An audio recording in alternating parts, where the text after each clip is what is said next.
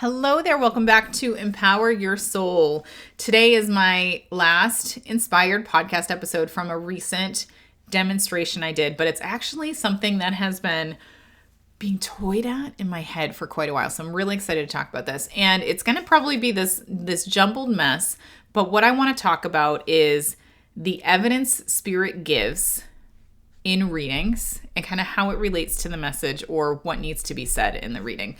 Because again, I've done the validation. I've talked about the checklist, the evidence before in this podcast, so I don't want to revisit there. But I think a lot of people expect a lot of very similar information in terms of their mediumship readings. And I think what is so hard about evidential mediumship readings is that clients come in with a preconceived notion of what they want to hear in a lot of these sessions. And I know personally, I have preconceived notions as the medium as what I want to hear as evidence from the spirit to make sure that this is the best reading possible. Pretty normal expectations. We are all normal for wanting to hear certain things from our dead loved ones, right? We want them to talk about this specific memory. We want them to bring in the password. Can you give me a name? Can you give me a number? I totally get it. I completely get it. I wish it worked that way, but it doesn't. And here is why.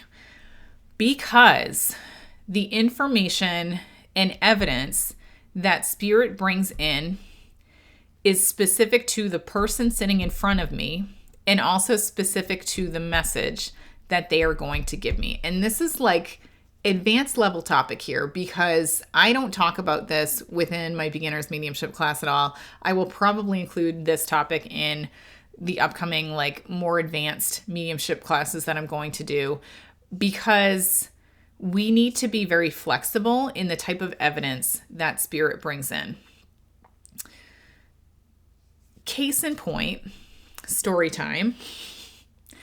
Why this was so apparent in a recent demonstration that I gave is because very sneakily, and bravo, by the way, bravo, I love the sneaky, very sneakily in that demonstration, there were two sisters in there on two different screens, two different names, right?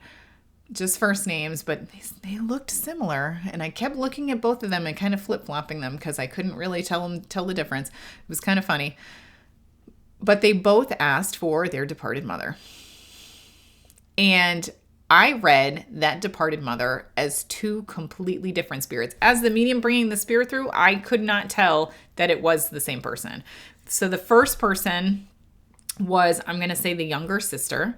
And this younger sister, her mom came in as, I could feel that she was strict. I could feel that she was, tough shell. But ultimately with the sister, it was a wonderful, loving relationship. Like she's very flowy. She's a great cook. She had me physically describe what she looked like, and she felt so loving and youthful in her energy and amazing and fun and just this typical loving, amazing mom that came through. And her message for her daughter was lovely and amazing. And it was like, hey, you're doing amazing things. Open your own business. You need to be doing this full time. You gotta expand outside of your box.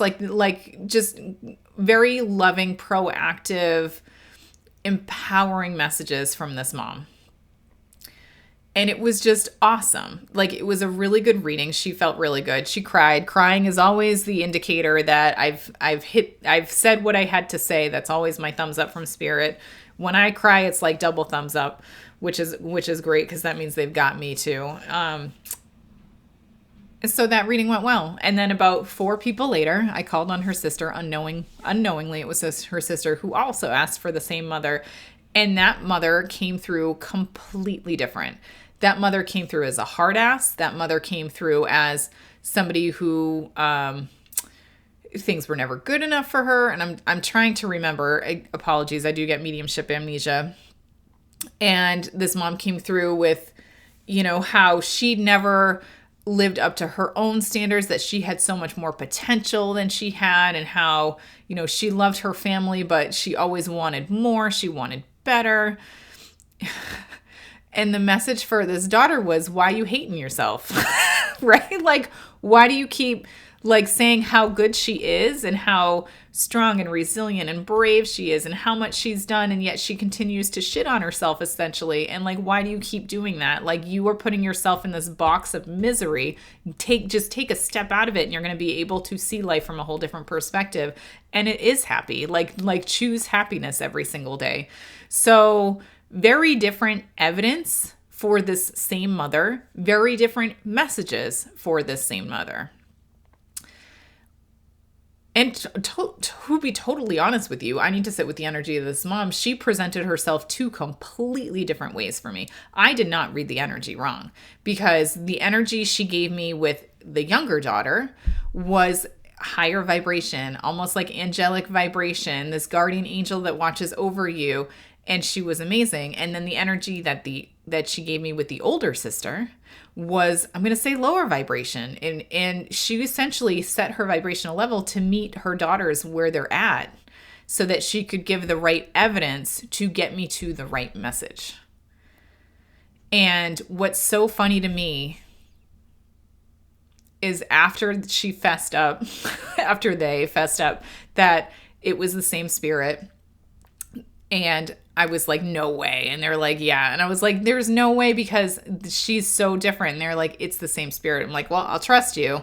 I said it didn't like, and then I saw kind of the strings. It's weird in my brain. I'll just describe what I saw, like the strings coming together. And it was almost like two different personalities, because the two girls knew this mom as two very different people, right? Like, the younger one knew this mom as a very loving person, and the older one knew this mom as a very authoritative, like satyr.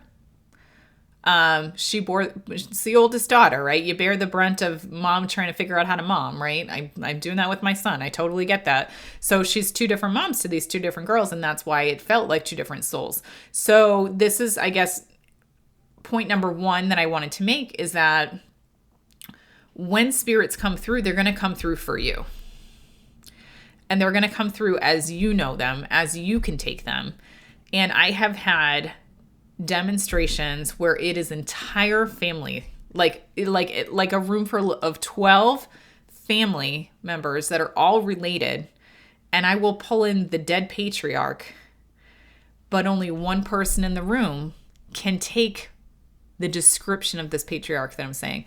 Only one person can take the person that used to play hide and seek with them, that snuck them ice cream sandwiches, that was fun and light and joyful and never yelled and kind and like had dementia but still lit up, when they saw them in the hospital room, right? Only one person in the room could take the patriarch, the man, that way, and that's who the reading was for. And I think that's how at least I do it.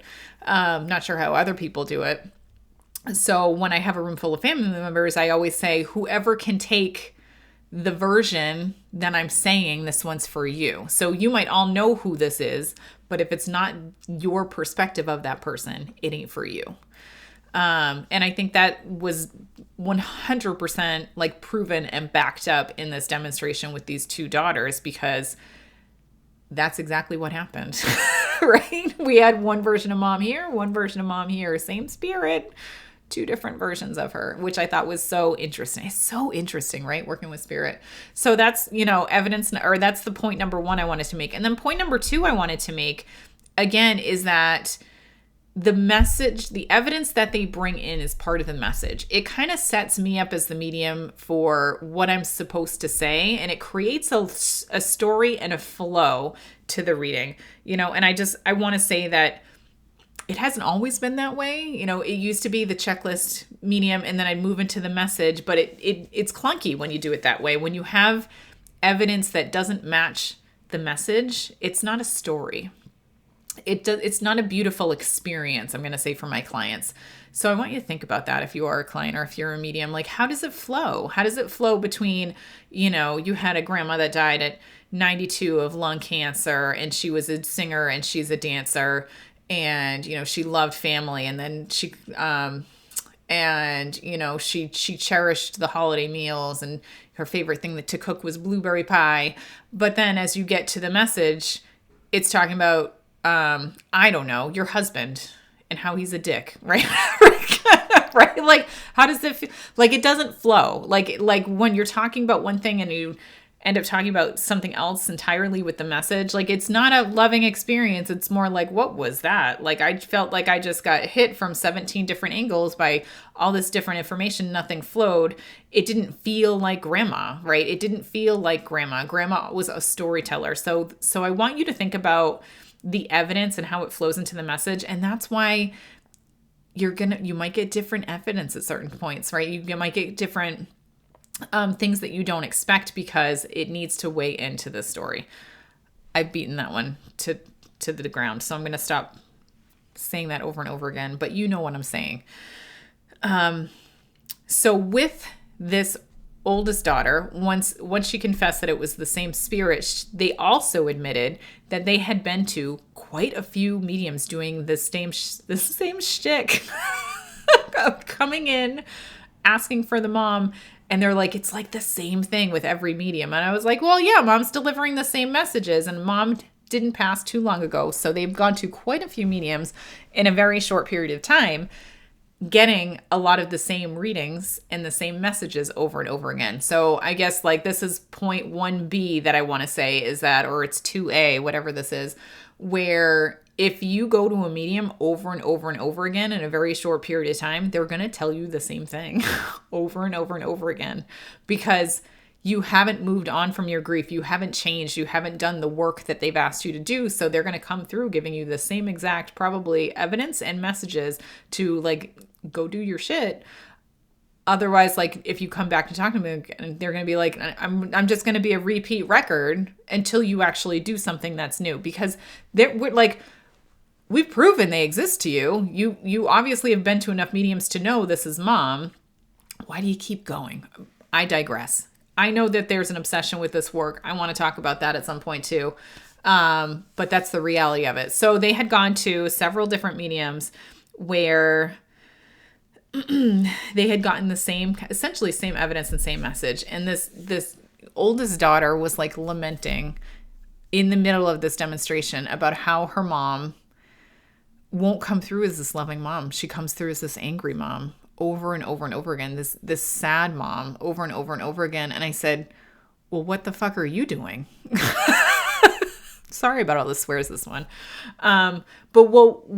So what haven't you done that your mom keeps telling you to do, right? Like if this message has come through over and over and over again, have you done the inner work to move past, to step out of that box and stop living life in a miserable perspective? Have you stepped out of the box to see the sunshine, older sister? Have you stopped hating on yourself and seen the light and identified what the positive aspects are?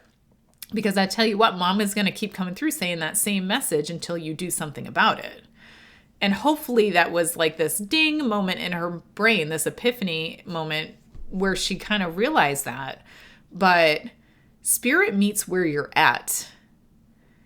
They don't tell you, again, what you want to know. They tell you what you need to know so that you can move on and hopefully overcome some of the self-limiting obstacles in your way so that you can live your best life. And that's what this mom is trying to do by giving this evidence and this message over and over again, is say, make a change. It's up to you to make the change, but this is the Mufasa moment in the sky where I'm going to tell you what you need to hear. And if you don't make a change, if Simba goes to that field next time and sees Mufasa again, he's going to tell him the same thing over again. And I can't believe in this moment, I'm forgetting what that is. Remember who you are. That's what it was. So that's what I mean about spirit. So isn't that interesting that they've done this shtick several times, a lot of the same messages and evidence, and also sister is still wanting to walk in with a different expectation about what mom's going to say, even though she hasn't done the work to change it. So isn't that, I don't know, it's so interesting, right? So interesting. Yeah. So yeah, I guess that's my story of how I've seen spirits come in over and over again, which is pretty cool. How multiple spirits or one spirit can look totally different to multiple people. even in the same reading. Even with me as an expert in energy, she gave me two different energies because it was two different moms, right? And that was purpose built. That was not an accident. And then also pay attention to the messages and pay attention to the evidence and how it flows into the message, because part of the evidence should be flowing right into the message as well. So those two were connected as well. So yeah, I hope that helps. I need to stop saying that at the end of every episode, but sometimes I feel like I just dump a lot of knowledge on you, a lot of my mediumship perspective, and I hope you get it. I hope it makes sense. And this is not because I don't think you can comprehend it, but mainly because I feel like this comes out in a garbled mess. And I hope it made sense coming out of my mouth to explain it to all of you. That's why I say that. All right. I'm going to take off. Thank you so much. If you have any feedback or if this was an epiphany for you, I'd love to hear any stories that you have. Love to hear it. Head to my website. All right. Thanks. Mwah. Take care, everybody.